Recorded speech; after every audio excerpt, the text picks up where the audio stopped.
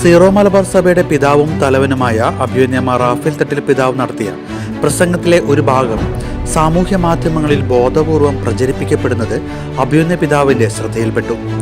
ഭാരതത്തിന്റെ വിവിധ ഭാഗങ്ങളിൽ ഒരു രൂപതയുടെയും ഭാഗമാകാതെ ചിതറിപ്പാർത്തിരുന്ന സീറോ മലബാർ വിശ്വാസികൾക്ക് അജപാലന സംവിധാനം രൂപപ്പെടുത്തേണ്ട ആവശ്യകത മനസ്സിലാക്കിയ പരിശുദ്ധ പിതാവ് ഫ്രാൻസിസ് മാർപ്പാപ്പ അതിന്റെ പ്രാരംഭ നടപടിയായി 2014 അഭിവന്യ മാർ റാഫേൽ തട്ടിൽ പിതാവിനെ അപ്പസ്തോലിക് വിസിറ്റേറ്ററായി നിയമിച്ചു.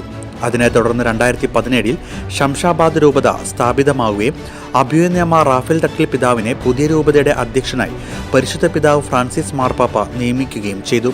പുതിയ രൂപതയുടെ വളരെ വിശാലമായ അതിർത്തികൾക്കുള്ളിൽ സീറോ മലബാർ സഭയുടെ അജപാലന സംവിധാനങ്ങൾ രൂപപ്പെടുത്തുന്നതിനും ഇടവകകൾ സ്ഥാപിക്കുന്നതിനും അഭിവന്യ പിതാവ് പ്രേക്ഷിത തീക്ഷ്ണതയോടെ പ്രവർത്തിച്ചു.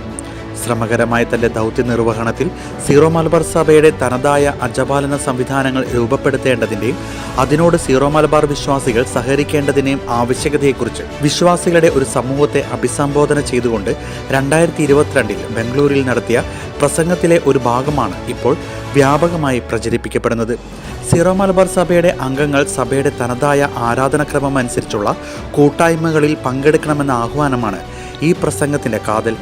ആ പ്രസംഗത്തിൽ ലത്തീൻ സഭയെക്കുറിച്ചുള്ള തികച്ചും പ്രസംഗശൈലിയിൽ വന്ന പരാമർശം ഒരിക്കലും ആ സഭയോടുള്ള അനാദരവായിരുന്നില്ല എന്ന് വ്യക്തമാക്കാനും അഭിവന്യ പിതാവ് ആഗ്രഹിക്കുന്നു. ലത്തീൻ സഭയുമായും മറ്റ് അകത്തോലിക്ക സഭകളുമായും ബഹുമാനത്തിലും സ്നേഹത്തിലും സഹകരണത്തിലുമുള്ള ഒരു സഹവർത്തിത്വമാണ് അഭിവന്യ തട്ടിൽ പിതാവിൻ്റെ സഭാത്മക സമീപനമെന്ന് പിതാവിന് അറിയാവുന്ന എല്ലാവർക്കും വ്യക്തമാകുന്ന കാര്യമാണ്.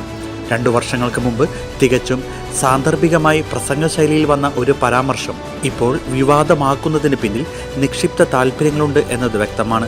അതിനാൽ ഈ വിഷയത്തിലുള്ള അനാവശ്യ വിവാദങ്ങൾ ഒഴിവാക്കണമെന്നും ഇത്തരം പ്രചാരണങ്ങളുടെ പിന്നിലെ ദുരുദ്ദേശം തിരിച്ചറിയണമെന്നും സഭകൾ തമ്മിലുള്ള ഐക്യവും കൂട്ടായ്മയും നഷ്ടപ്പെടാതിരിക്കാനുള്ള ജാഗ്രതയും കരുതലും ബന്ധപ്പെട്ട എല്ലാവരുടെയും ഭാഗത്തു നിന്നും ഉണ്ടാകണമെന്നും അഭ്യർത്ഥിച്ചുകൊണ്ട് reverend doctor Antony Vadakkekara VC പുറത്തിറക്കിയ പ്രസ്താവനയിൽ പറയുന്നു.